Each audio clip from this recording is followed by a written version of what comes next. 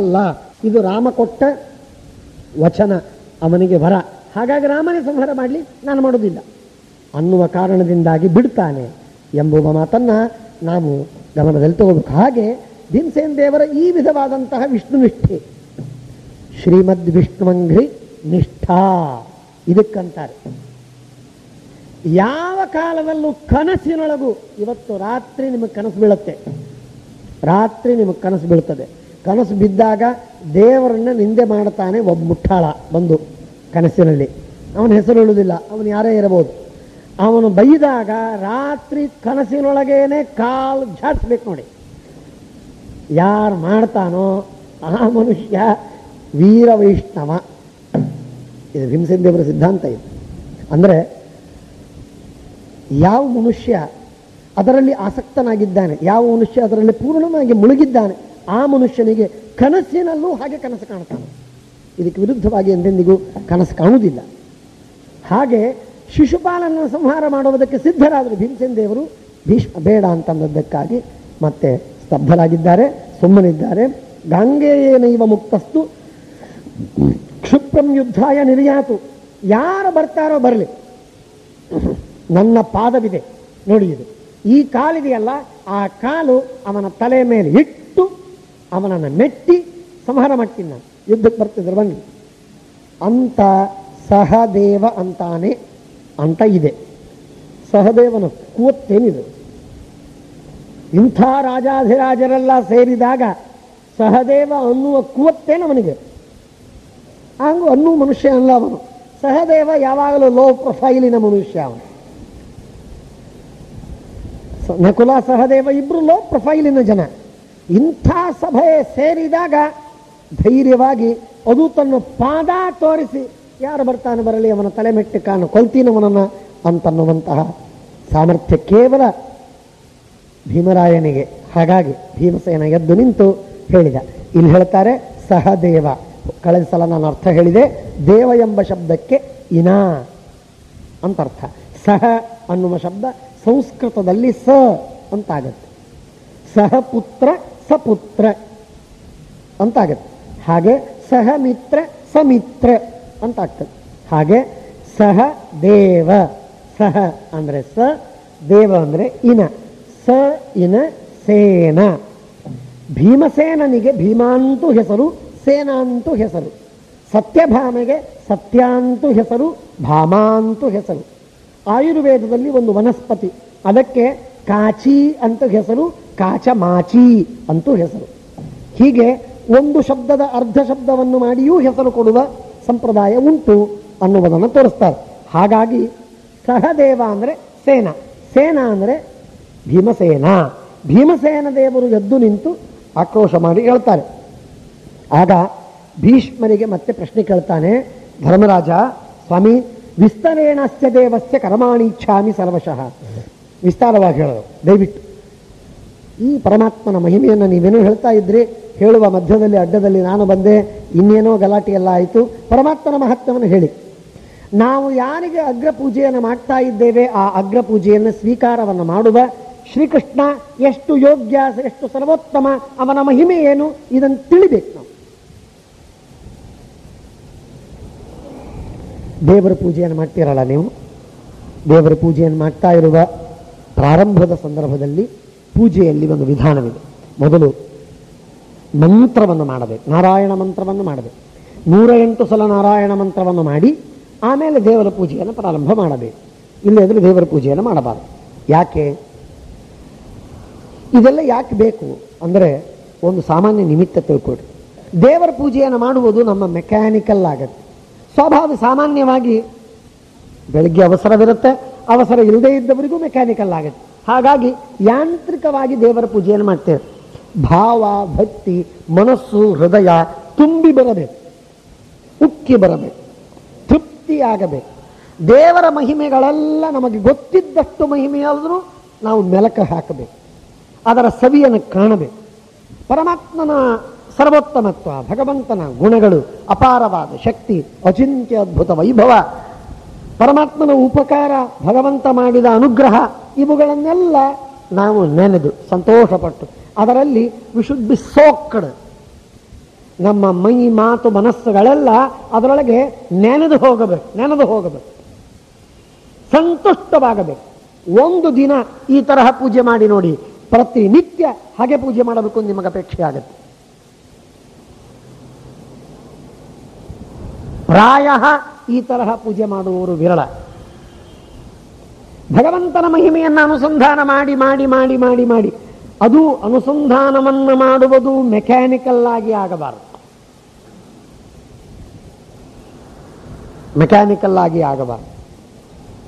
ಕಣ್ಣೀರು ಬರಬೇಕು, ಕಣ್ಣು ತೇವ ಆಗಬೇಕು, ಹೃದಯ ತುಂಬಬೇಕು, ಮನಸ್ಸು ಆನಂದದಲ್ಲಿ ತುಂಬಿಲವಾಗಬೇಕು, ಸಂತುಷ್ಟವಾಗಬೇಕು, ದೇವರ ಪೂಜೆ ಮಾಡಬೇಕು, ಅದ್ಭುತವಾಗಬೇಕು.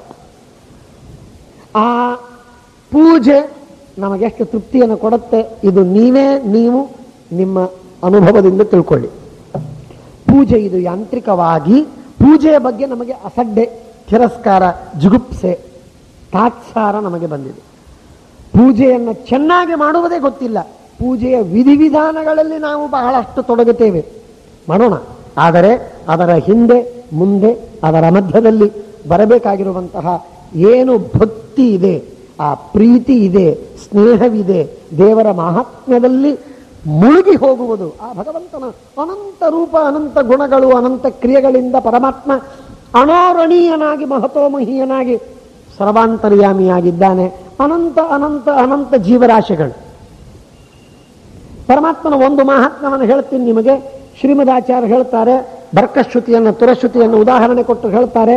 ಒಂದು ಕಡೆಗೆ ಎಷ್ಟು ಕಾಲಕ್ಷಣಗಳಾಯಿತು ಹಿಂದೆ, ಅನಂತ. ಮುಂದೆಷ್ಟು ಕಾಲಕ್ಷಣಗಳಾಗೋದಿವೆ, ಅನಂತ. ಅನಂತವಾದ ಹಿಂದಿನ ಕಾಲಕ್ಷಣ, ಅನಂತವಾದ ಮುಂದಿನ ಕಾಲಕ್ಷಣ, ಇವುಗಳೆರಡನ್ನೂ ಸೇರಿಸಿದ ಮೊತ್ತ ಎಷ್ಟು, ಅನಂತ ಅನಂತ. ಹಿಂದೆ ಎಷ್ಟು ಬ್ರಹ್ಮಾಂಡಗಳಾಯಿತು, ಅನಂತ. ಆ ಒಂದೊಂದು ಬ್ರಹ್ಮಾಂಡದಲ್ಲಿ ಪರಮಾಣುಗಳೆಷ್ಟು, ಅನಂತ ಅನಂತ. ಹಿಂದಿನ ಅನಂತ ಅನಂತ ಪರಮಾಣುಗಳು, ಮುಂದಿನ ಅನಂತ ಅನಂತ ಪರಮಾಣುಗಳು ಎಷ್ಟೋ, ಈ ಎಲ್ಲ ಮೊತ್ತಗಳನ್ನು ಸೇರಿಸಿ ಅದು ಅನಂತ ಅನಂತ. ಹಾಗಾಗಿ ಈ ಕಾಲಕ್ಷಣಗಳೂ ಅನಂತ ಅನಂತ, ಬ್ರಹ್ಮಾಂಡದ ಪರಮಾಣುಗಳೂ ಅನಂತ ಅನಂತ. ಇವುಗಳೆಲ್ಲವನ್ನು ಸೇರಿಸಿದಾಗ ಎಷ್ಟು ಅನಂತ, ಇನ್ಫಿನಿಟಿ ಅಂತ ಆಗತ್ತೋ ಅದಕ್ಕಿಂತಲೂ ಅನಂತ ಪಟ್ಟು ಹೆಚ್ಚಾಗಿದ್ದ ಸಂಖ್ಯೆ ಜೀವರ ಸಂಖ್ಯೆ. ಜೀವರು, ನಾನು, ನೀವು, ಅವರು ಎಂಬ ಸಂಖ್ಯೆ ಏನು ಜೀವರಿದ್ದೇವೆ, ಈ ಜೀವರ ಸಂಖ್ಯೆ ಅನಂತ ಅನಂತ. ಹಾಗಾಗಿ ಇಷ್ಟು ಅನಂತ ಅನಂತ ಜೀವರಾಶಿಗಳಿಗೆ ಕರ್ಮ ಆಗಬೇಕು. ಎಷ್ಟು ಕರ್ಮಗಳು? ಅನಾದಿಯಿಂದ ಮಾಡ್ತಾ ಬಂದಿರುವಂತಹ ಕೇವಲ ಮಾನಸಿಕವಲ್ಲ, ಕಾಯಿಕವಲ್ಲ, ವಾಚಿಕವಲ್ಲ, ಇಂದ್ರಿಯದಿಂದಲ್ಲ, ಎಲ್ಲಾ ತರಹದ ಕರ್ಮಗಳು, ಸುಷುಪ್ತಿ, ಜಾಗರ, ಸ್ವಪ್ನದಲ್ಲಿ ಎಲ್ಲ ಅವಸ್ಥೆಗಳಲ್ಲೂ ಮಾಡಿದ ಕರ್ಮಗಳು ಅನಂತಾನಂತ. ಅನಂತಾನಂತ ಜೀವರಾಶಿಗಳ ಅನಂತಾನಂತ ಕರ್ಮ. ಈ ಅನಂತಾನಂತ ಜೀವರಾಶಿಗಳ ಅನಂತಾನಂತ ಕರ್ಮಗಳಿಗೆ ಪ್ರೇರಕನಾಗಿ ಪರಮಾತ್ಮ ಸಾಕ್ಷಿಯಾಗಿ ಇದ್ದಾನೆ. ಶ್ರೀಮದಾಚಾರ್ಯರು ಒಂದು ಮಾತನ್ನು ಹೇಳ್ತಾರೆ, ಇಷ್ಟು ಅನಂತಾನಂತ ಅಂದರೆ ನಿಜವಾಗಿಯೂ ಅನಂತವಾದ ಕರ್ಮಗಳಿಗೆ ಪ್ರೇರಕನಾಗಿ ಅವುಗಳಿಗೆ ತಕ್ಕ ಫಲವನ್ನ, ನೀವು ಮಾಡಿದ ಕರ್ಮವನ್ನ ತಪ್ಪಿಯೂ ಅವರಿಗೆ ಕೊಡುವುದಿಲ್ಲ. ನಿಮ್ಮ ಹತ್ತಿರದಲ್ಲಿದ್ದಾರೆ ಅಂತ ಹೇಳಿ ಎಸೆಯುವಾಗ ಅದೇನೋ ಪಕ್ಕದಲ್ಲಿ ಬಡಿತು, ಹೀಗಾಗುವುದಿಲ್ಲ, ಎಂದೆಂದಿಗೆ ಮಾಡಿಕೊಡುವುದಿಲ್ಲ ಪರಮಾತ್ಮ. ಆಯಾ ಕರ್ಮ ಅವರಿಗೆ ಆಯಾ ಕಾಲದಲ್ಲೇ ಅಷ್ಟಷ್ಟೇ ಪ್ರಮಾಣದಲ್ಲಿ ಸುಖ ದುಃಖಗಳನ್ನು ಕೊಡಬೇಕು, ಹೆಚ್ಚಿಗೆ ಎಂದಿಗಾಗಲಿಕ್ಕಿಲ್ಲ. ಈ ತರಹದ ವ್ಯವಸ್ಥೆಯನ್ನು ಮಾಡಿ ಪರಮಾತ್ಮ ನಿಯಮನ ಮಾಡ್ತಾನೆ ಅಂದರೆ ಭಗವಂತನ ಏನು ಸಾಮರ್ಥ್ಯ, ಅದು ಏನು ಶಕ್ತಿ, ಆ ಭಗವಂತನ ಏನದು ವಿಭೂತಿ, ಏನು ಅದ್ಭುತವಾದಂತಹ ಅವನ ಚಿಂತ್ಯವಾಗಿರುವ ಶಕ್ತಿ ಅನ್ನುವುದನ್ನು ಒಂದೇ ತತ್ವವನ್ನು ನೆನೆಸಿದರೆ ಸಾಕು, ಮೈ ಜುಮ್ ಅಂತ ರೋಮಾಂಚನವಾಗ್ತದೆ. ಇದನ್ನು ಯಾರು ಹೇಳ್ತಾರೆ ರೋಮಾಂಚನವಾಗ್ತದೆ ಅಂತ? ಸ್ವಯಂ ಶ್ರೀಮದಾಚಾರ್ಯ ಹೇಳ್ತಾರೆ. ಸ್ವಯಂ ಶ್ರೀಮದಾಚಾರ್ಯ ಹೇಳ್ತಾರೆ. ಭಕ್ತಿ ಪಾದ 2ನೇ ಅಧ್ಯಾಯ 3ನೇ ಅಧ್ಯಾಯದ 2ನೇ ಪಾದ. ಆ 2ನೇ ಪಾದದಲ್ಲಿ ಹೇಳ್ತಾರೆ, 2ನೇ ಪಾದದ ಕೊನೆಯಲ್ಲಿ ಹೇಳ್ತಾರೆ, ಪರಮಾತ್ಮನ ಮಹಾತ್ಮ್ಯವನ್ನು ತಿಳ್ಕೋಬೇಕು ಅಂತನ್ನುವುದಕ್ಕಾಗಿ ಈ ಎಲ್ಲ ಪಾದದಲ್ಲಿ ಬೇರೆ ಬೇರೆ ಬೇರೆ ಮಹಾತ್ಮ್ಯವನ್ನು ಹೇಳಿದ್ದೇವೆ. ಆದರೆ ಎಲ್ಲ ಇಡೀ ಪಾದ ಬೇಕಾಗಿಲ್ಲ. ಈ ಕೊನೆ ಅಧಿಕರಣದಲ್ಲಿ ಹೇಳಿದ ಈ ಒಂದು ಪ್ರಮೇಯವನ್ನು ತಿಳಿದರೆ ಸಾಕು, ಪರಮಾತ್ಮನಲ್ಲಿ ಅಪಾರವಾದ ಭಕ್ತಿ ಬರ್ತದೆ. ಇಷ್ಟು ಅನಂತ ಅನಂತ ಜೀವರಾಶಿಗಳು ಯಾರಿಗೆ ಯಾವ ಹೊತ್ತಿಗೆ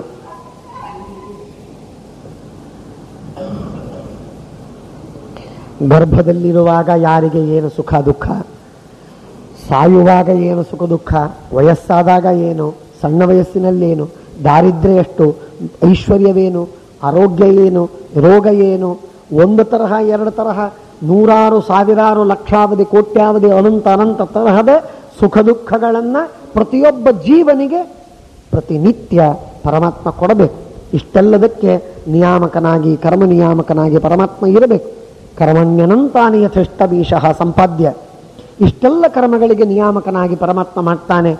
ಇಂಥ ಒಂದೊಂದು ಅನುಸಂಧಾನಗಳನ್ನು ನಾವು ಮನಸಾ ಅನುಸಂಧಾನಗಳನ್ನು, ವಾಚಿಕನೂ ಬೇಡ, ಮನಸಾ ಅನುಸಂಧಾನಗಳನ್ನು ಮಾಡಿ ದೇವರ ಪೂಜೆಯನ್ನು ಮಾಡಿ ತೃಪ್ತಿಯಾಗಿ ಇದು ರೂಢಿಯಾಗಬೇಕು. ಅದಕ್ಕೆ ಹೇಳ್ತಾರೆ, ನಾನು ಅಗ್ರ ಪೂಜೆಯನ್ನು ಮಾಡುವ ಈ ಕೃಷ್ಣನ ಮಹಿಮೆಯನ್ನು ನೀವು ಹೇಳಿ, ಆಮೇಲೆ ನಾನು ಅಗ್ರ ಪೂಜೆ ಮಾಡ್ತೇನೆ. ಅಗ್ರ ಪೂಜೆಯನ್ನು ಮಾಡಬೇಕಾದರೆ ಆ ಭಗವಂತನ ಮಹಿಮೆಯನ್ನು ಕೇಳಿ ಎಲ್ಲರೂ ಸಂತೋಷ ಪಡಲಿ.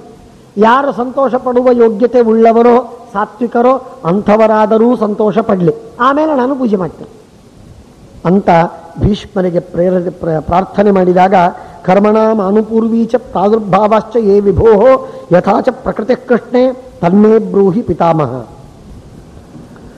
ಪರಮಾತ್ಮನಿಗೆ ಭೀಷ್ಮರು ಒಂದು ಮಾತನ್ನು ಹೇಳ್ತಾರೆ, ಅವ್ಯಕ್ತೋ ವ್ಯಕ್ತಲಿಂಗಸ್ಥ. ಮೂಲವಾಗಿ ಒಂದು ಮಾತು ತಿಳಿ, ಕೃಷ್ಣನನ್ನ ನೀನು ಕಣ್ಣಾರೆ ನೋಡ್ತಾ ಇದ್ದಿ ಅಂತಂದ ಮಾತ್ರಕ್ಕೆ ಆ ಪರಮಾತ್ಮ ಕಣ್ಣಿಗೆ ಕಾಣುವ ಒಂದು ವಸ್ತು ಒಬ್ಬ ವ್ಯಕ್ತಿ ಅಂತ ತಿಳಿಬೇಡ. ಇದು ಮೊದಲಿಗೆ ನಾವು ಮಾಡುವ ತಪ್ಪು. ದೇವರು ಕಣ್ಣಿಗೆ ಕಂಡ ಅಂತಂದಾಗ ದೇವರು ಕಣ್ಣಿಗೆ ಕಾಣುವ ಒಬ್ಬ ವ್ಯಕ್ತಿ ಅಂತ ಸಾಮಾನ್ಯವಾಗಿ ನಾವು ತಿಳಿತೇವೆ. ಇದು ತಪ್ಪು. ಮೊಟ್ಟ ಮೊದಲಿಗೆ ತಿಳಿಬೇಕಾದದ್ದು ಪರಮಾತ್ಮ ಕಣ್ಣಿಗೆ ಕಾಣದ ಅವ್ಯಕ್ತ ತತ್ವ. ಅವನು ಕಾಣದ ವಸ್ತು, ಅದೃಶ್ಯನಾದವನು.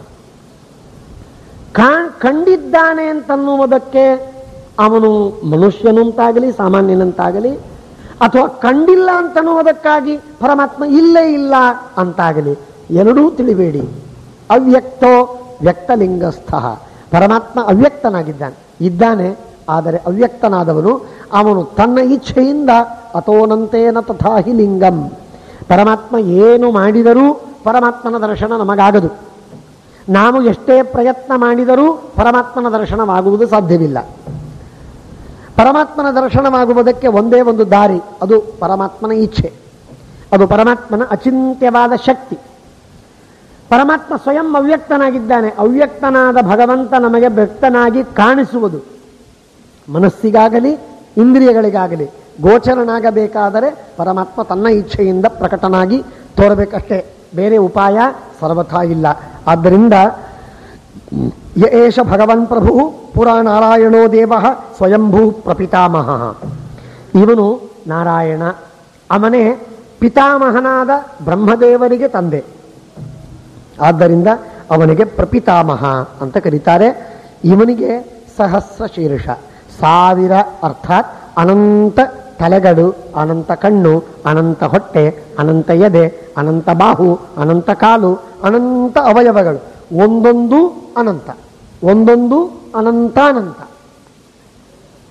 ಪರಮಾತ್ಮನ ನಮ್ಮ ಹೃದಯದಲ್ಲಿ ಇರುವಂತಹ ಬಿಂಬರೂಪಿಯಾದ ಪರಮಾತ್ಮನ ವಿಷಯವನ್ನು ಹೇಳ್ತಾರೆ. ಬಿಂಬರೂಪಿಯಾದ ಪರಮಾತ್ಮನ ವಿಷಯವನ್ನು ಹೇಳುವಾಗ ಸಾಮಾನ್ಯವಾಗಿ ನಾವು ತಿಳಿದದ್ದೇನು ಅಂದರೆ, ಒಂದು ತಲೆ, ಒಂದು ಕೈ, ಒಂದು ಅಂದರೆ 2 ಕೈ 2 ಕಾಲು, ಕಣ್ಣು, ಮೂಗು, ಇದು ಸಾಮಾನ್ಯವಾಗಿ ಮನುಷ್ಯರ ಆಕಾರದಲ್ಲಿ ಇದ್ದಿದ್ದಾನೆ. ಅಲ್ಲ, ಸರ್ವಥಾ ಅಲ್ಲ. ಅನಂತ ಶೀರ್ಷನಾಗಿ, ಅನಂತಾಕ್ಷನಾಗಿ, ಅನಂತ ಪಾದನಾಗಿ, ಅನಂತ ಬಾಹುವಾಗಿ ಪರಮಾತ್ಮ ನಮ್ಮ ಹೃದಯದಲ್ಲಿದ್ದಾನೆ. ನಮ್ಮ ಜೀವನಿಗೆ ನಿಯಮನ ಮಾಡುವುದಕ್ಕಾಗಿ ಆ ಜೀವನ ಆಕಾರವಾಗಿ 2 ಕೈ 2 ಕಾಲು 2 ಕಣ್ಣು 1 ತಲೆ ಉಳ್ಳವನಾಗಿ ತೋರ್ತಾನೆ. ಆದರೆ ಇದ್ದದ್ದು ಅನಂತ ರೂಪದಿಂದ, ಅನಂತ ಅವಯವಗಳಿಂದ ಕೂಡಿದವನಾಗಿದ್ದಾನೆ. ಸಹಸ್ರ ಶೀರ್ಷ ಪುರುಷ, ಸಹಸ್ರಾಕ್ಷ, ಸಹಸ್ರಪಾತ್, ಸಹ ಅತ್ಯತಿಷ್ಠದ್ ದಶಾಂಗುಲಂ, ಅಧ್ಯತಿಷ್ಠದ್ ದಶಾಂಗುಲಂ. ದಶಾಂಗುಲವಾದ ಹೃದಯದಲ್ಲಿ ಪರಮಾತ್ಮ ಈ ಸಹಸ್ರ ಶೀರ್ಷನಾದ ಪರಮಾತ್ಮನೇ ನಮ್ಮ ಹೃದಯದಲ್ಲಿ ಬಿಂಬರೂಪಿಯಾಗಿ ಇರುವ. ಹಾಗಾಗಿ ಆ ಬಿಂಬರೂಪಿಯಾದ ಪರಮಾತ್ಮನಿಗೂ ಇಷ್ಟೆಲ್ಲ ಅವಯವಗಳಿವೆ, ಅನಂತ ಅವಯವಗಳಿವೆ. ಇಂಥ ಅನಂತ ಅವಯವೋಪೇತನಾಗಿರುವ ಪರಮಾತ್ಮನ ಜ್ಞಾನವನ್ನು ಮಾಡಿಕೊಂಡಾಗ ಮಾತ್ರ ಮೋಕ್ಷ, ಇಲ್ಲದಿದ್ದರಿಲ್ಲ. ಸಾಕ್ಷಾತ್ಕಾರ ನಮಗೆ ಎರಡೇ ಕೈ ಎರಡೇ ಕಾಲಿನ ರೂಪದ ಸಾಕ್ಷಾತ್ಕಾರವಾಗಲಿ, ಅದು ಬೇರೆ. ಆದರೆ ನಾವು ತಿಳಿಯುವಾಗ ಆ ಪರಮಾತ್ಮನನ್ನ ಅನಂತ ಅವಯವಗಳಿಂದ ಕೂಡಿದ ಭಗವಂತ ಎಂಬುದಾಗಿಯೇ ತಿಳಿಯಬೇಕು. ಹಾಗೆ ತಿಳಿದಾಗ ಮಾತ್ರ ಮೋಕ್ಷವೆಂದು ಹೇಳ್ತಾರೆ. ಸಹಸ್ರ ಶೀರ್ಷ ಪುರುಷ ಧ್ರುವೋ ಅನಂತ ಸನಾತನಃ, ಶಾಶ್ವತವಾಗಿದ್ದವನು. ಜಗತ್ತೆಲ್ಲ ಬರ್ತದೆ, ಜಗತ್ತೆಲ್ಲ ಹೋಗುತ್ತೆ, ಎಲ್ಲ ಬರ್ತದೆ, ಎಲ್ಲ ಹೋಗ್ತದೆ. ಒಬ್ಬನ ಮಾತ್ರ ಪರಮಾತ್ಮ ಶಾಶ್ವತ, ಧ್ರುವ, ಸನಾತನ. ಗಂಡ ಹೆಂಡತಿ ಇಬ್ಬರು ಮಾತ್ರ ಸನಾತನರು, ಇಬ್ಬರು ಮಾತ್ರ ಧ್ರುವರು. ಉಳಿದವರೆಲ್ಲ ಬಂದರು ಹೋದರು. ಈದೃಶ ಅನಂತ ಸಂಖ್ಯಾನಾಂ ಶಿವಾನಾಂ. ಅನಂತ ಶಿವರು ಉಳ್ಳಿ ಉಳ್ಳಿ ಹೋಗ್ತಾರೆ, ಹುಟ್ಟಿ ಬರ್ತಾರೆ ಸಾಯ್ತಾರೆ, ಹುಟ್ಟಿ ಬರ್ತಾರೆ ಸಾಯ್ತಾರೆ. ಬ್ರಹ್ಮದೇವರು ಬರ್ತಾರೆ, ಹುಟ್ಟುತ್ತಾರೆ ಸಾಯ್ತಾರೆ. ಇಂದ್ರಾದಿಗಳು ಬರ್ತಾರೆ, ಹುಟ್ಟುತ್ತಾರೆ ಸಾಯ್ತಾರೆ. ಪರಮಾತ್ಮನಿಗೆ ಜನ್ಮ ಮರಣಗಳಿಲ್ಲ ಅಂತ ನಾವಂತೇವೆ. ಸ್ವಲ್ಪ ಅದನ್ನು ಸ್ಟ್ರೆಚ್ ಮಾಡಿ, ಸ್ವಲ್ಪ ಅದನ್ನು ಸ್ಟ್ರೆಚ್ ಮಾಡಿ. ಸ್ಟ್ರೆಚ್ ಅಂದ್ರೇನು? ಅನಾದಿ ಕಾಲದಿಂದ ನಿಮ್ಮ ಇಮ್ಯಾಜಿನೇಷನ್ ಹೋಗುವಷ್ಟು ಸ್ಟ್ರೆಚ್ ಮಾಡಿ. ಅನಾದಿ ಕಾಲದಿಂದಲೂ ಎಂದೆಂದಿಗೂ ದೇವರಿಗೆ ಹಿಂದಿನಿಂದ ಜನ್ಮ ಇಲ್ಲ ಇಲ್ಲ ಇಲ್ಲ ಇಲ್ಲ ಅಂದ್ರೆ ಏನಾಯ್ತು? ಅಂದ್ರೆ ಎಂದೆಂದಿಗೂ ಜನ್ಮವಿಲ್ಲ, ಎಂದೆಂದಿಗೂ ಜನ್ಮವಿಲ್ಲ, ಇನ್ನು ಮುಂದೆಂದಿಗೂ ಜನ್ಮವಿರುವುದಿಲ್ಲ, ಎಂದಿಗೂ ಮರಣವಿಲ್ಲ, ಹಿಂದೆ ಮುಂದೆಂದಿಗೂ ಮರಣವಿಲ್ಲ. ಅನಾದಿ ಕಾಲದಿಂದ ಅನಂತ ಕಾಲದವರೆಗೆ ಎಂದೆಂದಿಗೂ ಜನ್ಮ ಮರಣಗಳಿಲ್ಲದವನು ಅಂತ ಒಂದೇ ಮಹಿಮೆ ಬೆರಗ ಮಾಡಿತು. ಇದು ಸಾಮರ್ಥ್ಯ ಕೇವಲ ಕೇವಲ ಕೇವಲ ಅಂದರೆ ಕೇವಲ ಯುನೀಕ್, ಮೋಸ್ಟ್ ಯುನೀಕ್ ದೇವರು ಲಕ್ಷ್ಮಿ. ಇಬ್ಬರಿಗೆ ಬಿಟ್ಟರೆ ಇನ್ಯಾರಿಗಿಲ್ಲ. ದೇವರಿಗೆ ಲಕ್ಷ್ಮಿ ಬಿಟ್ಟರೆ ಇನ್ಯಾರಿಗಿಲ್ಲ. ಹಾಗೆ ನೋಡಿದರೆ ಲಕ್ಷ್ಮೀದೇವಿಗೂ ಇಲ್ಲ. ಪರಾಧೀನ ವಿಶೇಷ ವ್ಯಾಪ್ತಿ ರೂಪವಾದ ಸೃಷ್ಟಿ ಲಕ್ಷ್ಮೀದೇವಿಗೂ ಉಂಟು ಇತ್ಯಾದಿ ಇರಲಿ. ಹಾಗಾಗಿ ಪರಮಾತ್ಮನ ಈ ಧ್ರುವತ್ವ, ಪರಮಾತ್ಮನ ಶಾಶ್ವತತ್ವ, ಇದು ಯೋಮಾಂ ಅಜಮನಾದಿಂಚ ವೇತ್ತಿ ಲೋಕ ಮಹೇಶ್ವರಂ ಅಸಮ್ಮೂಢಸ್ಸ ಭರ್ತೇಶು ಸರ್ವಪಾಪೈ ಪ್ರಮುಚ್ಯತೆ. ಕೃಷ್ಣ ಹೇಳ್ತಾನೆ, ಪರಮಾತ್ಮನ ಅನಾದಿತ್ವ, ಪರಮಾತ್ಮ ಜನ್ಮರಹಿತ ಎಂಬುದಾಗಿ ತಿಳಿಯಬೇಕಾದದ್ದು ಬಹಳ ದೊಡ್ಡ ತತ್ವ. ಇದು ಸಣ್ಣ ಮಾತಲ್ಲ, ನಿತ್ಯದಲ್ಲಿ ಸ್ಮರಿಸಬೇಕಾದದ್ದು. ಅದಕ್ಕಾಗಿ ತತ್ವಪ್ರಕಾಶಿಕಾದಲ್ಲಿ ಟೀಕಾಕೃತ್ಪಾದರು ಹೇಳುವಾಗ, ಉದ್ಭವ ಮೃತಿ ಮುಖರ ಅಶೇಷ ದೋಷಾತಿ ದೂರಂ. ಚಿಂತಾ ಸಂತಾಪ ಲೇಪ ಉದ್ಭವ ಮೃತಿ ಮುಖರ ಅಶೇಷ ದೋಷಾತಿ ದೂರಂ. ಪರಮಾತ್ಮನಿಗೆ ಜನ್ಮವಿಲ್ಲ, ಪರಮಾತ್ಮನಿಗೆ ಮರಣವಿಲ್ಲ. ಯಾಕೆ ಇದನ್ನು ತಿಳಿಬೇಕು? ದೇವರಲ್ಲಿ ಏನು ದೋಷಗಳಿಲ್ಲ ಅಂತ ತಿಳಿತೇವೋ ಆ ದೋಷಗಳು ನಾವು ಕಳೆದುಕೊಳ್ತೇವೆ. ಯಾವ ಗುಣಗಳಿವೆ ಅಂತ ತಿಳಿತೇವೋ ಆ ಗುಣಗಳನ್ನು ನಾವು ಪಡಿತೇವೆ. ಯಾವ ಒಳ್ಳೆಯದು ಇದೆ ಅಂತ ತಿಳಿತೇವೆ, ಏನಿದೆ ಅಂತ ತಿಳಿತೇವೆ ಅದನ್ನು ನಾವು ಹೊಂದುತ್ತೇವೆ. ಹಾಗಾಗಿ ದೇವರಲ್ಲಿ ಗುಣ ಇದೆ ಅಂತ ತಿಳಿದಾಗ ಗುಣವನ್ನು ಪಡಿತೇವೆ, ದೇವರಲ್ಲಿ ದೋಷವಿಲ್ಲ ಅಂತ ತಿಳಿದಾಗ ನಾವು ದೋಷವನ್ನ ಕಳ್ಕೋತೇವೆ. ಆದ್ದರಿಂದ ಪರಮಾತ್ಮನನ್ನ ಜನ್ಮ ಮರಣರಹಿತ ಅಜ ನಿತ್ಯ ಎಂದು ತಿಳಿಯುವುದು ಅತ್ಯಂತ ಅನಿವಾರ್ಯ, ಅತ್ಯಂತ ಅನಿವಾರ್ಯ.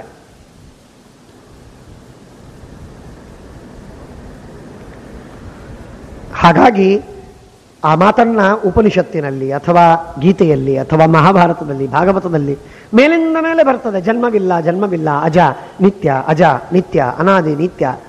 ಯಾಕೆ ಅನಾದಿ ನಿತ್ಯ ಅಂದರೆ ನಮ್ಮ ಜನ್ಮ ಸಂಸಾರಗಳ ಜನ್ಮ ಮರಣಗಳನ್ನು ಕಳೆದು ಹಾಕುವುದಕ್ಕಾಗಿ ಈ ಉಪಾಸನೆ ಅತ್ಯಂತ ಅನಿವಾರ್ಯ. ಪರಮಾತ್ಮನ ಉಪಾಸನೆಯನ್ನು ಇನ್ನೊಂದು ಮಾಡಬೇಕಂತೆ, ಅದು ಹೇಳ್ತಾರೆ. ಪರಮಾತ್ಮನಿಗೆ ನಿರ್ಗುಣ ಅಂತ ಉಪಾಸನೆ ಮಾಡೋದು. ಪರಮಾತ್ಮನನ್ನು ನಿರ್ಗುಣ ಅಂತ ಉಪಾಸನೆ ಮಾಡಿದಷ್ಟು ನಮಗೆ ಮೋಕ್ಷ ಬೇಗನಾಗತ್ತೆ. ನಿರ್ಗುಣ ಅಂತ ದೇವರನ್ನು ಉಪಾಸನೆ ಮಾಡದೇ ಇದ್ರೆ ನಮಗೆ ಮೋಕ್ಷವಾಗುವುದಿಲ್ಲ. ನಿರ್ಗುಣ ಅಂದ್ರೆ ಏನು? ದೇವರಿಗೆ ಗುಣವಿಲ್ಲ, ಹಾಗರ್ಥವಲ್ಲ. ಅದ್ವೈತಿಗಳು ಹೇಳುವಂತೆ ದೇವರಿಗೆ ಗುಣವೇ ಇಲ್ಲ ಅಂತನೋ ಅರ್ಥದಲ್ಲಿ ನಿರ್ಗುಣ ಅಂತಲ್ಲ. ನಿರ್ಗುಣ ಎಂಬ ಶಬ್ದಕ್ಕೆ ಅರ್ಥವೇನು? ಸತ್ವ ರಜಸ್ತಮೋ ಗುಣಗಳು ಏನಿದೆಯಲ್ಲ, ಯಾವುಗಳಿಂದ ನಮಗೆ ಸಂಸಾರ ಬಂದಿದೆ, ಸಂಸಾರಕ್ಕೆ ಮೂಲ ಕಾರಣವೇನು? ಸತ್ವ ರಜಸ್ಸು ತಮಸ್ಸು. ಇವುಗಳಿಂದ ನಮಗೆ ಸಂಸಾರ ಬಂತು. ಹಾಗಾಗಿ ಈ ಸತ್ವ ರಜಸ್ ತಮಸ್ಸು ಎಂಬ ಮೂರು ಗುಣಗಳು ದೇವರಲ್ಲಿ ಇಲ್ಲ ಅಂತ ತಿಳಿಯುವುದು ಇದು ನಿರ್ಗುಣ ಉಪಾಸನೆ. ಇದನ್ನು ಉಪಾಸನೆ ಮಾಡಿದರೆ, ಈ ತರಹದ ಗುಣಗಳಿಲ್ಲ ಎಂದು ದೇವರಿಗೆ ಉಪಾಸನೆ ಮಾಡಿದರೆ, ಆ ಗುಣಗಳು ನಮ್ಮನ್ನೇನು ಕಟ್ಟಿವೆ ಅವುಗಳು ಬಿಚ್ಚಿ ಹೋಗುತ್ತೆ, ಬಿಚ್ಚಿ ನಾವು ಬಯಲಾಗ್ತೇವೆ. ಆದ್ದರಿಂದ ಪರಮಾತ್ಮನನ್ನ ನಿರ್ಗುಣ ಅಂತ ಉಪಾಸನೆ ಮಾಡೋದು. ಹಾಗಾಗಿ ತ್ರೈಗುಣ್ಯ ವರ್ಜಿತಂ ಅಜಂ ಇತ್ಯಾದಿಯಾಗಿ ಹೇಳುವ ಕ್ರಮ. ಹಾಗಾಗಿ ಆ ಮಾತನ್ನು ಹೇಳ್ತಾರೆ. ಸಹಸ್ರಾಸ್ಯ ಸಹಸ್ರಾಕ್ಷ ಸಹಸ್ರ ಚರಣ, ಮುಖ ಸಾವಿರ ಅನಂತ, ಕಣ್ಣು ಅನಂತ, ಪಾದ ಅನಂತ, ಬಾಹು ಅನಂತ, ಅವನು ಸರ್ವಜ್ಞ, ಸ್ವಯಂ ಕ್ರೀಡಾದಿ ಗುಣ ವಿಶಿಷ್ಟ. ಪರಮಾತ್ಮ ಎಲ್ಲರ ಜೊತೆಗೆ ಆಟವಾಡ್ತಾನೆ. ಪರಮಾತ್ಮನ ಒಂದು ಮಹಾಮಹಿಮೆ ಅಂತಂದ್ರೆ ದೇವರನ್ನ ದೇವ ಅಂತ ಕರಿತೇವೆ. ಯಾಕೆ ದೇವ ಅಂತ ಕರಿತೇವೆ? ದೇವ ಅಂತ ಕರೆಯುವುದಕ್ಕೆ ಕಾರಣ ಇಷ್ಟು. ದೇವ ಅಂತ ಕರೆಯುವುದಕ್ಕೆ ಕಾರಣವೇನು ಅಂದರೆ, ಪರಮಾತ್ಮ ಮೊದಲೇದ್ದು ನಿತ್ಯ ತೃಪ್ತ, ಅತಿ ಆನಂದ ಪರಿಪೂರ್ಣ. 2, ಅವನು ಅತ್ಯಂತ ಮಹಾಶಕ್ತಿಶಾಲಿ, ಎಲ್ಲರನ್ನೂ ಮೀರಿಸುವ ಶಕ್ತಿ ಪರಮಾತ್ಮನು. ಹಾಗಾಗಿ ಎಲ್ಲರೂ ಅವನಿಗೆ ಆಟಿಗೆ. ಇಷ್ಟು ಅವನು ಶಕ್ತಿಶಾಲಿಯಾಗಿದ್ದಾನಲ್ಲ, ಗೆಲಿಲಿಯೋ ಲಿಲಿಪುಟ್ಟಿನ ಕಥೆಯನ್ನು ನಾವೀಗ ಸುಮ್ಮನೆ ನೆನೆಸಬೇಕು, ಅರ್ಥವಿಲ್ಲದ ನೆನೆಕೆ ಅದು. ಅಲ್ಲೆಲ್ಲ ಕಥೆಯೆಲ್ಲ ಕೇಳ್ತೇವೆ ನಾವು, ಸಣ್ಣ ಸಣ್ಣ ಸಣ್ಣ ಸಣ್ಣ ಸಣ್ಣ ಸಣ್ಣ ಲಿಲಿಪುಟ್ಟುಗಳೆಲ್ಲ ಇದ್ದುವಂತೆ. ಗೆಲಿಲಿಯೋ ಬಹಳ ದೊಡ್ಡದವನ, ಅವನ ಮೈಯೆಲ್ಲ ಏರ್ತಾ ಇದ್ದು. ಕುಂಭಕರ್ಣನ ಕಥೆ ಕೇಳ್ತೇವೆ. ಹಾಗಿದ್ದಾಗೆ ಪರಮಾತ್ಮನ ವಿಷಯದಲ್ಲಿ ಪರಮಾತ್ಮ ಏನು ಅಂತಂದ್ರೆ ಅದು ಏನು ಊಹೆ ಮಾಡಲಿಕ್ಕೂ ಸಾಧ್ಯವಿಲ್ಲದೆ ಇದ್ದರು, ಊಹೆ ಮಾಡಲಿಕ್ಕೂ ಸಾಧ್ಯವಿಲ್ಲ. ಈಗ ಕೇಳಿದ್ರಿ ನೀವು, ರೋಮಕೂಪ ಲಯೋದಿನ, ಇಡೀ ಬ್ರಹ್ಮಾಂಡ ಎಲ್ಲ ಮುಳುಗಿಸುವಂತಹ ದೊಡ್ಡ ಪ್ರಳಯ ಸಾಗರ ಬಂದ್ರೆ ಅದು ಒಂದು ಸಣ್ಣ ಒಂದು ಕೂದಲು ಎಲ್ಲಿ ಮುಳುಗಬೇಕೋ ಅಷ್ಟರಲ್ಲಿ ಅದನ್ನು ಹಾಕಿಟ್ಕೊಂಡು ಬಚ್ಚಿಟ್ಕೊಳ್ತಾನೆ ಪರಮಾತ್ಮ. ಇಷ್ಟು ವಿಶಾಲವಾದ ದೇಹ ಪರಮಾತ್ಮನದು, ಇಷ್ಟು ವಿಶಾಲವಾದ ದೇಹ ಪರಮಾತ್ಮನದು. ಹಾಗಾಗಿ ಪರಮಾತ್ಮನಿಗೆ ಏನು, ಪರಮಾತ್ಮನ ಗಾತ್ರ ಎಷ್ಟು ಏನು ಅಂತ ಏನು ಹೇಳೋದು, ಲೆಕ್ಕ ಹೇಳೋದು ಭಾರಿ ವಿಚಿತ್ರ. ಶ್ರೀಮದ್ ಆಚಾರ್ಯರು ಒಂದು ಕಡೆಗೆ ಹೇಳ್ತಾರೆ, 21ನೇ ಅಧ್ಯಾಯದಲ್ಲಿ ಹೇಳ್ತಾರೆ, ಅಭಗ್ನೀರನಭೋಹಂಕೃ ಮಹತ್ತತ್ವ ಗುಣತ್ರಯೈ. ಭಾರಿ ಅದ್ಭುತ. ಅಭಗ್ನೀರನಭೋಹಂಕೃ ಮಹತ್ತತ್ವ ಗುಣತ್ರಯೈ ಕ್ರಮದಶೋತ್ತರೈ ಏತತ್ ಆವೃತಂ ಪರತಸ್ತತಃ ವ್ಯಾಪ್ತೋಹಂ ಬ್ರಹ್ಮಾಂಡ 50 ಕೋಟಿ ವಿಸ್ತೀರ್ಣ. ಅದರ ಹೊರಗಡೆ 100, 1000, 10,000, ಲಕ್ಷ, ಕೋಟಿ ಕೋಟಿ ಕೋಟಿ ಕೋಟಿ ಕೋಟಿ ಇತ್ಯಾದಿಯಾಗಿ ಬ್ರಹ್ಮಾಂಡದ ಆವರಣಗಳು. ಅದರ ಹೊರಗೆ ಅವ್ಯಾಕೃತ ಆಕಾಶ. ದಂಡಿಯಿಂದ ಕಳಿಸೋಣ. ವ್ಯಾಪ್ತೋಹಂ ಸರ್ವಗೋನಂತೋ ಅನಂತ ರೂಪೋ ನಿರಂತರ. ಅನಂತ ರೂಪಗಳಿಂದ ಅನಂತ ದೇಶದಲ್ಲಿ ಸದಾಕಾಲ ತುಂಬಿಕೊಂಡವನು ನಾನು. ವ್ಯಾಪ್ತೋಹಂ ಸರ್ವಗೋನಂತೋ ಅನಂತ ರೂಪೋ ನಿರಂತರ. ಅನಂತ ಶೀರ್ಷೋ ಅನಂತಾಕ್ಷೋ ಅನಂತ ಪಾದ ಕರ ಊರುಕ ಅನಂತ ಗುಣಮಾಹಾತ್ಮ್ಯ ಚಿದಾನಂದ ಶರೀರಕ. ಇದು ಪರಮಾತ್ಮನನ್ನ ಏನು ಹೇಳಿದರೂ ಪರಮಾತ್ಮನನ್ನ ಅನಂತ ಶಬ್ದದಲ್ಲೇ ಹೇಳಬೇಕು, ಇನ್ಯಾವ ಶಬ್ದದಿಂದಲೂ ಹೇಳಲಿಕ್ಕೆ ಸಾಧ್ಯವಿಲ್ಲ. ಏನು ಹೇಳಿದರು ಕಾಂಟಮ್ಮಿನಲ್ಲಿ ಹೇಳಬೇಕಾದರೆ ಪರಮಾತ್ಮನನ್ನು ಅನಂತ ಅಂತ ಹೇಳಬೇಕು, ಕ್ವಾಲಿಟಿಯಲ್ಲಿ ಹೇಳಬೇಕಾದರೆ ಲೋಕ ವಿಲಕ್ಷಣವಾದ ಚಿದಾನಂದಮಯ ಅಂತ ಹೇಳಬೇಕು. ಇದೆರಡು ಬಿಟ್ಟು ಏನೂ ಹೇಳೋ ಹಾಗಿಲ್ಲ ಪರಮಾತ್ಮನನ್ನು. ಯಾವುದೇ ಹೇಳಿದರೂ ಕೂಡ ಕಾರ್ಯಾಖ್ಯಾನಾದ ಪೂರ್ವಂ, ಪರಮಾತ್ಮನ ವಿಷಯದಲ್ಲಿ ಯಾವುದೇ ಗುಣವನ್ನು ನಾವು ತಿಳಿಬೇಕಾದರೆ ಕಾರ್ಯಾಖ್ಯಾನಾದ ಪೂರ್ವಂ ಪರಮಾತ್ಮ ಲೋಕ ವಿಲಕ್ಷಣ ಎಂಬುದಾಗಿ ಉಪಾಸನೆ ಮಾಡಬೇಕಂತೆ. ಪರಮಾತ್ಮನ ಕೂದಲು ಲೋಕ ವಿಲಕ್ಷಣ, ಪರಮಾತ್ಮನ ಕಣ್ಣು ಲೋಕ ವಿಲಕ್ಷಣ, ಭಗವಂತನ ಜ್ಞಾನ ಆನಂದಾದಿಗಳು ಲೋಕ ವಿಲಕ್ಷಣ, ಭಗವಂತನ ನಡಿಗೆ ಕ್ರಿಯಾ ಲೋಕ ವಿಲಕ್ಷಣ. ಯಾವ ಕ್ರಿಯೆಯೂ, ಯಾವ ಕರ್ಮ, ಜ್ಞಾನ ಗುಣವೂ, ಯಾವ ರೂಪವೂ, ಯಾವ ಅವಯವವೂ ಲೋಕ ಸದೃಶ ಎಂಬುದಾಗಿ ತಿಳಿಯತಕ್ಕದ್ದಲ್ಲ. ಇದು ಬಾದರಾಯಣರು ವೇದವ್ಯಾಸದೇವರು ಸೂತ್ರದಲ್ಲಿ ಆಜ್ಞೆ ಮಾಡಿದ್ದು. ಓಂ ಕಾರ್ಯಾಖ್ಯಾನಾದ ಪೂರ್ವಂ ಓಂ. ಹಾಗಾಗಿ ಪರಮಾತ್ಮನನ್ನ ಏನು ತಿಳಿದರೂ ಲೋಕ ವಿಲಕ್ಷಣ ಅಂತ ತಿಳಿರಿ, ಏನ್ ತಿಳಿದ್ರು ಭೂಮ್ನ ಕ್ರತುವಜ್ಜಾಯಸ್ತಂ ತಥಾ ಹಿ ದರ್ಶಯತಿ ಓಂ. ಪರಮಾತ್ಮನನ್ನ ಭೂಮ ಪೂರ್ಣ ಅಂತ ತಿಳಿದಿ, ಪರಮಾತ್ಮನನ್ನ ಅನಂತ ಅಂತ ತಿಳಿದಿ. ಪರಮಾತ್ಮ ಅನಂತ, ಪರಮಾತ್ಮ ಲೋಕ ವಿಲಕ್ಷಣ, ಪರಮಾತ್ಮ ಸರ್ವಸ್ವಾಮಿ, ಪರಮಾತ್ಮ ಚಿದಾನಂದ ರೂಪ, ನಿರ್ದೋಷ ಎಂದೇ ತಿಳಿಬೇಕು. ಇವುಗಳಲ್ಲಿ ಯಾವುದೇ ಕಡಿಮೆಯಾದರೆ ಅದು ಪರಮಾತ್ಮ ಅಲ್ಲ ಅಂತಾಗತ್ತೆ. ಹಾಗಾಗಿ ಅದಕ್ಕಾಗಿ ಹೇಳ್ತಾರೆ, ಇಂಥ ಪರಮಾತ್ಮನಿಗೆ ಇಷ್ಟು ಶಕ್ತಿಶಾಲಿಯಾದ ಅನಂತ ಅನಂತ ಅನಂತ ಅಚಿಂತ್ಯವಾದಂತಹ ರಮಾದಿ ದೇವತೆಗಳು ಊಹೆ ಮಾಡಲಿಕ್ಕೂ ಸಾಧ್ಯವಿಲ್ಲದ ಶಕ್ತಿಶಾಲಿಯಾದ ಪರಮಾತ್ಮನಿಗೆ ರಮಾದೇವಿ, ಬ್ರಹ್ಮದೇವರು, ರುದ್ರದೇವರು, ಇಂದ್ರ, ಗರುಡ ಇತ್ಯಾದಿಗಳೆಲ್ಲರೂ ಕೂಡ ಸಣ್ಣ ಸಣ್ಣ ಸಣ್ಣ ಸಣ್ಣ ಸಣ್ಣ ಸಣ್ಣ ಆಟಿಕೆ. ಕಣ್ಣಿಗೂ ಕಾಣಿಸದೇ ಇದ್ದಷ್ಟು ಸಣ್ಣ ಆಟಿಕೆ. ಇಂಥ ಆಟಿಕೆಯ ಜೊತೆಗೆ ಪರಮಾತ್ಮ ಏನು ಮಾಡಬೇಕು? ಆಟವಾಡಬೇಕಷ್ಟೇ. ಅದಕ್ಕಾಗಿ ದೇವರಿಗೆ ದೇವ ಅಂತ ಕರೀತಾರೆ. ದೇವ ಅಂದರೆ ಆಟವಾಡುವವ, ದೇವ ಅಂದರೆ ಆಟವಾಡುವವ. ದೇವರು ಯಾವಾಗಲೂ ದೇವ ಅಂದರೆ ಆಟವಾಡುವುದು ಅವನ ಸ್ವಭಾವ. ಅಂದರೆ ಅವನು ನಮ್ಮೆಲ್ಲರನ್ನು ಇಷ್ಟಾಗಿ ಮೀರಿದ್ದಾನಲ್ಲ, ನಾವೆಲ್ಲರೂ ಅವನ ಪಾಲಿಗೆ ಎಂದಿಗೂ ಆಟದ ಗೊಂಬೆ. ಬಾಲ ಕ್ರೀಡನ ಕೈರಿಯದ್ವತ್ ಕ್ರೀಡತೆ ಸ್ಮಾಭಿರಚ್ಯುತಃ ನಾಹಂ ನಚ ಶಿವೋ ಅನ್ನೇಚ ತಚ್ಛಕ್ತಿ ಏಕಾಂಶ ಭಾಗಿನ. ಪರಮಾತ್ಮನ ಅನಂತ ಶಕ್ತಿಯಲ್ಲಿಯೇ ಒಂದು ಅಂಶ ನಮ್ಮಲ್ಲಿಲ್ಲ. ವಿಷ್ಣು ಮಹಾತ್ಮ್ಯವನ್ನು ಹೇಳುವಾಗ ಗೀತಾಭಾಷ್ಯದಲ್ಲಿ ಇನ್ನೊಂದು ಮಾತನ್ನು ಹೇಳ್ತಾರೆ ಶ್ರೀಮದಾಚಾರ್ಯ.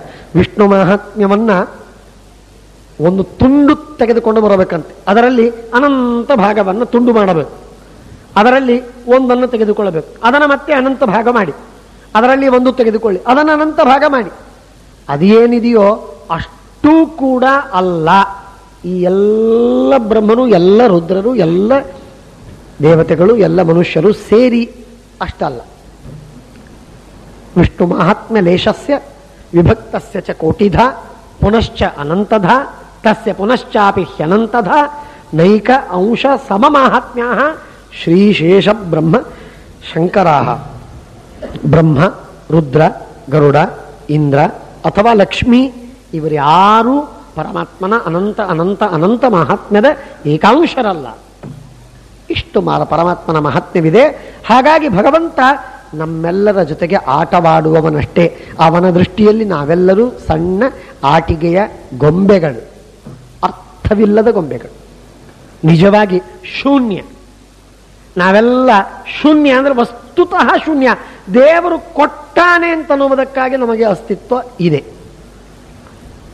ದೇವರು ಕೊಟ್ಟಾನೆ ಅಂತನ್ನುವುದಕ್ಕಾಗಿ ನಮಗೆ ಅಸ್ತಿತ್ವವಿದೆ. ನಮಗಲ್ಲ, ಬ್ರಹ್ಮಾದಿ ದೇವತೆಗಳಿಗೆ ಅಸ್ತಿತ್ವ, ಅನಂತ ಬ್ರಹ್ಮರಿಗೆ, ಸ್ವಯಂ ಲಕ್ಷ್ಮೀದೇವಿಗೆ ಅಸ್ತಿತ್ವ ಬಂದದ್ದು, ದ ವೆರಿ ಎಕ್ಸಿಸ್ಟೆನ್ಸ್, ಬಹಳ ಮಹತ್ವದ್ದು. ಪೂರ್ಣ ಅಸ್ತಿತ್ವ ಬಂದದ್ದು ದೇವರಿಂದ. ಅವರು ಯಾರು ತಮ್ಮಷ್ಟಕ್ಕೆ ತಾವೇ ಇರುವವರೂ ಅಲ್ಲ, ತಮ್ಮಷ್ಟಕ್ಕೆ ತಾವೇ ಇರುವುದೂ ಇಲ್ಲ. ಅವರಿಗೆ ಶ್ವಾಸೋಚ್ಛ್ವಾಸವಲ್ಲ, ಇರುವುದೂ ಇಲ್ಲ. ಕೊಡ್ಡ ಕಟ್ಟಿಗೆ, ಕೊಡ್ಡ ಮರದ ಕೊಡ್ಡ ಒಂದ್ ಕಡೆಗೆ ಬಿದ್ದಿರ್ತದಲ್ಲ, ಶ್ವಾಸವಿಲ್ಲದೆ ಹಾಗೆ ಬಿದ್ದುಕೊಂಡಿರುವುದು ಸಾಧ್ಯವಿಲ್ಲ. ನಚ ಅಸ್ತಿತ್ವ ಕ್ವಚಿತ. ಹಾಗಾಗಿ ಇದು ಭಗವಂತನ ಮಹಾತ್ಮೆ ಎಂಬುದಾಗಿ ತಿಳಿಬೇಕು. ಅದನ್ನು ಹೇಳ್ತಾ ಇದ್ದಾರೆ. ದೇವೋ ನಾಮ ಸಹಸ್ರವಾನ್, ಅವನಿಗೆ ಹೆಸರು ಸಾವಿರವಿದೆ. ಇದು ಮಹತ್ವದ ಮಾತು. ಯಾಕೆ ಈ ಮಾತನ್ನು ಹೇಳ್ತಾ ಇದ್ದೀನಿ ನಾನು ಅಂತಂದ್ರೆ, ಮಹಾಭಾರತದಲ್ಲಿ ಕೆಲವರು ವಿಮರ್ಶಕರು ಈ ವಿಷ್ಣು ಸಹಸ್ರನಾಮವನ್ನು ಮಧ್ಯದಲ್ಲಿ ಇಂಟರ್ಪೊಲೇಟ್ ಮಾಡಿದ್ದದು ಅಂತ ಹೇಳ್ತಾರೆ. ಇಂಟರ್ಪೊಲೇಟ್ ಮಾಡಿದ್ರೆ ಹೀಗೆ ಬೇರೆ ಬೇರೆ ಕಡೆಗೆ ಈ ರೀತಿಯಾಗಿ ಉಲ್ಲೇಖ ಬರಬಾರದು.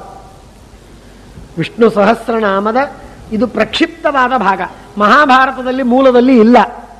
ವಿಷ್ಣು ಸಹಸ್ರನಾಮ ಪ್ರಕ್ಷಿಪ್ತವಾದ ಭಾಗ ಅಂತ ಕೆಲವರು ಬೊಬ್ಬೆ. ಅದು ಎಂಥ ಮೂರ್ಖರವರು ಅಂದ್ರೆ, ಪ್ರಕ್ಷಿಪ್ತವಾದ ಭಾಗ ಅಂತ ಹೇಳಿ ಕೆಲವು ಕಡೆಯಿಂದ ತೆಗೆದುಹಾಕಿಬಿಟ್ರವರು. ಆ ಪುಸ್ತಕದಲ್ಲೇ ಅವರು ಪ್ರಿಂಟ್ ಮಾಡ್ಲಿಕ್ಕೆ ಅವರಿಗೆ ಬೇಸರವಾಯ್ತು, ತೆಗೆದುಬಿಟ್ರು. ಆದರೆ ಅವರ ಪುಸ್ತಕದಲ್ಲೂ ಈ ಶಬ್ದ ಇದೆ, ದೇವೋ ನಾಮ ಸಹಸ್ರವಾನ್. ಇಲ್ಲಿ ಸಹಸ್ರನಾಮಗಳು ದೇವರಿಗಿದೆ ಎಂಬ ಮಾತನ್ನು ಹೇಳುತ್ತದೆ. ಇದು ಒಂದು ಕಡೆಗಲ್ಲ, ಮಹಾಭಾರತದಲ್ಲಿ ಇನ್ನು 4 ಕಡೆಗೆ ಈ ಮಾತಿನ ಉಲ್ಲೇಖ ನಾವು ನೋಡ್ತೇವೆ. ಹಾಗಾಗಿ ವಿಷ್ಣು ಸಹಸ್ರನಾಮದ ಉಲ್ಲೇಖವನ್ನು ಮಾಡ್ತಾರೆ. ಸಹಸ್ರ ಮುಕುಟೋ ದೇವ ವಿಶ್ವರೂಪೋ, ಇಡೀ ಜಗತ್ತೇ ಪರಮಾತ್ಮನ ಒಂದು ರೂಪ. ಪರಮಾತ್ಮ ಈ ಗಂಟೆಯ ರೂಪದಲ್ಲಿದ್ದಾನೆ, ಈ ಮೇಜಿನ ರೂಪದಲ್ಲಿ, ಪುಸ್ತಕದ ರೂಪದಲ್ಲಿ, ಗೋಡೆಯ ಕಂಬದ ನಮ್ಮ ನಿಮ್ಮ ರೂಪದಲ್ಲಿ ಪರಮಾತ್ಮ ಇದ್ದು ಕೆಲಸವನ್ನು ಮಾಡ್ತಾ ಇದ್ದಾನೆ. ಇದ್ದದ್ದು ಭಗವಂತ. ಮೇಲ್ ತೋರುವುದಕ್ಕೆ ಈ ಜಡ ಚೇತನ ಕಾಣ್ತಾ ಇದೆ. ಆದರೆ ವಸ್ತುಗತ್ಯ ಇದ್ದದ್ದು, ಒಳಗಿದ್ದು ಕೆಲಸ ಮಾಡುವವರು ಯಾರು? ಇದು ಯಾರ ಅಧಿಷ್ಠಾನ? ಇದು ದೇವರ ಅಧಿಷ್ಠಾನ. ಬಹಳ ಮಹತ್ವದ ಮಾತಿದು. ಇದು ಯಾರ ದೇಹ ಅಂದ್ರೆ ನನ್ನ ದೇಹ ಅಂತ ನಾವು ಹೇಳ್ಕೊತೇವೆ. ಇದು ತಪ್ಪಂತೆ. ಜ್ಯೋತಿರಾಧ್ಯಧಿಷ್ಠಾನಂತ ತದಾಮನನಾಥಂತ ನಮ್ಮ ಸೂತ್ರದಲ್ಲಿ ಒಂದು ಮಹತ್ವದ ಮಾತನ್ನು ಹೇಳ್ತಾರೆ. ಈ ದೇಹ ಯಾರದು ಅಂತ ಕೇಳಿದ್ರೆ, ಈ ಇಂದ್ರಿಯಗಳು ಯಾರದು ಅಂತ ಕೇಳಿದ್ರೆ ನಮ್ಮದು ಅಂತ ಹೇಳಬಾರದು. ದೇವರ ಇಂದ್ರಿಯಗಳು ನಮಗೆ ಬಳಕೆಗೆ ಕೊಟ್ಟಿದ್ದಾನೆ. ದೇವರು ಕೊಟ್ಟ ಕಣ್ಣು, ದೇವರು ಕೊಟ್ಟ ಕಿವಿ, 2 ದಿವಸ ಕೊಟ್ಟಿರ್ತಾನೋ 2 ದಿವಸ ಕೆಲಸವಾಗತ್ತೆ. ನಾವು ಅದನ್ನು ವೇಸ್ಟ್ ಮಾಡಿಕೊಂಡ್ರೆ ಅದು ನಮ್ಮ ದುರ್ದೈವ. ಚೆನ್ನಾಗಿ ತಂದೆ ಕೊಡ್ತಾನೆ. ನೀನೊಂದು ಒಂದು ಕೋಟಿ ರೂಪಾಯಿ ನೀನು ಕೊಟ್ಟಿರ್ತೇನಪ್ಪ, ಇದರ ಮೇಲೆ ನೀನು ಚೆನ್ನಾಗಿ ಉದ್ಯೋಗ ಮಾಡ್ಕೋ. ಆ ಕೋಟಿ ರೂಪಾಯಿಗಳನ್ನು ನಿತ್ಯದಲ್ಲೂ ತಾನು ಜೂಜಾಟಕ್ಕೆ ಹೋಗಿ ಗ್ಯಾಂಬಲ್ ಮಾಡಿ ರೇಸಿಗೆ ಹೋಗಿ ಹಾಳು ಮಾಡಿಕೊಂಡು ಬಂದರೆ ಹೇಗೋ ಹಾಗಿದೆ ನಮ್ಮ ಅವಸ್ಥೆ. ಕೊಟ್ಟದ್ದು ದೇವರು ಈ ಇಂದ್ರಿಯಗಳನ್ನು. ಜ್ಯೋತಿರಾದ್ಯಧಿಷ್ಠಾನಂತ ದುದಾಮನನಾಥ್ ಅಂತ ನಮ್ಮ ಸೂತ್ರದಲ್ಲಿ ನಿರ್ಣೀತವಾದ ತತ್ವ. ಇಂದ್ರಿಯಗಳೆಲ್ಲ ದೇವರದು, ದೇಹವೆಲ್ಲ ದೇವರದು, ಎಲ್ಲವೂ ದೇವರದು. ದೇಹೇಂದ್ರಿಯ ಪ್ರಾಣ ಮನಂಸಿ ಚೇತನೈ ಸಹೈವ ತಸ್ಮೈ ಅತಿಸೃಜ್ಯ. ಎಲ್ಲವೂ ದೇವರಿಗೆ ಸಮರ್ಪಣೆ. ಇದು ನಮ್ಮದಲ್ಲ, ಇದು ನಮ್ಮ ಬಳಿಕೆಗೆ ಕೊಟ್ಟದ್ದಷ್ಟೇ. ನಾವೇ ನಮ್ಮವರಲ್ಲ, ನಾವೇ ದೇವರವರು ಅಂದಮೇಲೆ ನಮ್ಮದು ಯಾವುದೂ ನಮ್ಮದಲ್ಲ, ಎಲ್ಲವೂ ದೇವರದು. ದೇವರು ಕೊಟ್ಟದ್ದರಿಂದ ನಮಗಾಗಿ ಉಂಟು. 4 ದಿನ ಬೇಕು ಅಂತ ಪರಮಾತ್ಮ ಸಂಕಲ್ಪ ಮಾಡಿದವರೆಗೆ ಇದೆ. ಹಾಗಾಗಿ ಭಗವಂತ ವಿಶ್ವರೂಪೋ ಮಹದ್ಯುತಿ, ಭಗವಂತನ ದ್ಯುತಿ. ಒಂದು ಕಡೆಗೆ ಶ್ರೀಮದಾಚಾರ್ಯರಿಗೆ ಪರಮಾತ್ಮನನ್ನ ವರ್ಣನೆ ಮಾಡುವಾಗ ಗೀತೆಯಲ್ಲಿ ಬಂತು. ಒಂದು ಕಡೆಗೆ ಪರಮಾತ್ಮ ಅನಂತ ಸೂರ್ಯ, ಅನಂತ ಸೂರ್ಯಾಮಿತ ದೀಧಿತಿ, ಗೀತಾ 11ನೇ ಅಧ್ಯಾಯ